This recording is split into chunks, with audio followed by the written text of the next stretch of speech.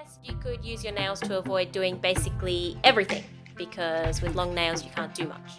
G'day and welcome to the world of Loca Lari. Today's topic is fingernails, specifically putting paint on them, which is really weird when you think about it. Well, it's weird to me anyway. I mean, the stuff stinks when you're putting it on. It takes ages to put on, and then you can't do anything for a long time while it dries because you don't want to get nail polish on everything and ruin your look. I mean, to me, it's like repainting the perfectly good walls of your house every 2 weeks and then sitting in the middle of the fumes and watching them dry for fun. And then you'd probably have to invite people over to look at your walls so that they can see that they're different and appreciate them. And then maybe you get offended when people didn't realize that your walls were a different color. The only thing I know about nail polish is that it's really good for stopping your stockings from running. And for those of you who don't wear stockings, let me tell you, they have a bad habit of getting up and going for a jog at night, so you've got to paint them to stop that. Really, a run in your stockings is when it rips a little bit, and often it's because your fingernails are too long and rip them when you're putting them on, and then that rip will end up getting bigger, which is called a run. So now you know what that means when someone says they have a run in their stockings. You're welcome. And if you want to stop that, you can put nail polish on it, which holds it together. So I was curious about nail painting becoming a thing, like who was the first person who looked at their fingers or toes and went, not good enough, they need some color, and what is that disgusting shape? I gotta make him look more square because that will improve my self-esteem. And Google told me that nail painting started in China. Apparently the upper classes used to paint their nails red and the lower classes wore light colors. Red also has a history related to the movie Pulp Fiction, where the main character's nails were painted a red color designed to look like dried blood. So I guess that tells us if you have red nails, you're either pretentious or a vampire. I personally don't pay much attention to my nails. I guess I'm just not cultured enough for that. But I also honestly don't quite get the fascination with painted nails. Like, I didn't grow up around many people who painted their nails because I was in a religion where that wasn't a thing. But I have heard my partner's mum telling his sister that she can't go out with a chip in her nail polish. I mean, I would have thought it would be common sense not to go picking up wood after cutting your nails. But regardless, I've never overheard someone look at someone's nails and go, oh my goodness, your nail polish is chipped. You must be an awful person who doesn't care about appearances at all. But who knows? Maybe that's why I had to apply for 72 jobs before I got one. It was the nails all along.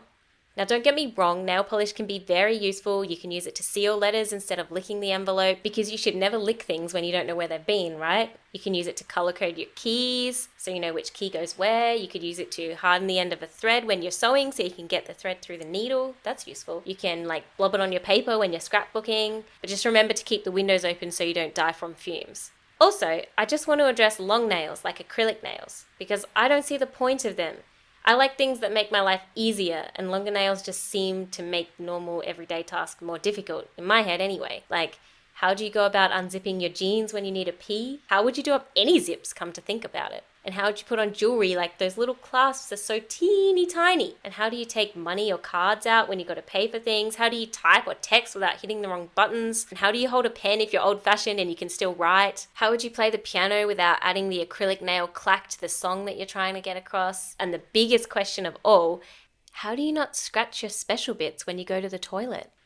I tried to think of some reasons why someone would want acrylic nails. So I came up with a professional envelope opener, a vampire, because everyone knows vampires have long nails for some reason, a cat instructor, because you can relate to having claws, a professional hurry-upper, because you can tap your nails really loudly on benches to get people to hurry up. You could be a Blackboard scratcher, because you might want to give kids nightmares forever. And I guess you could use your nails to avoid doing basically everything, because with long nails you can't do much. I googled why do people wear acrylic nails, and it turns out one of the main reasons is to stop nail biting because they're so hard to chew. So I recommended them to my partner Morgan because he's always chewing his nails. Like always. It's terrible. But unfortunately, he didn't like the helpful idea of acrylic nails. So I guess it's safe to say I won't be working in the nail industry anytime soon. If you'd like to contact me, you can email me at morganandlarry@gmail.com. That is MORGAN and AND, Larry, LARI, @gmail.com.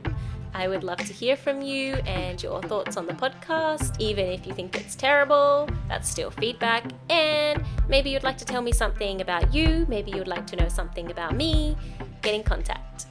Bye!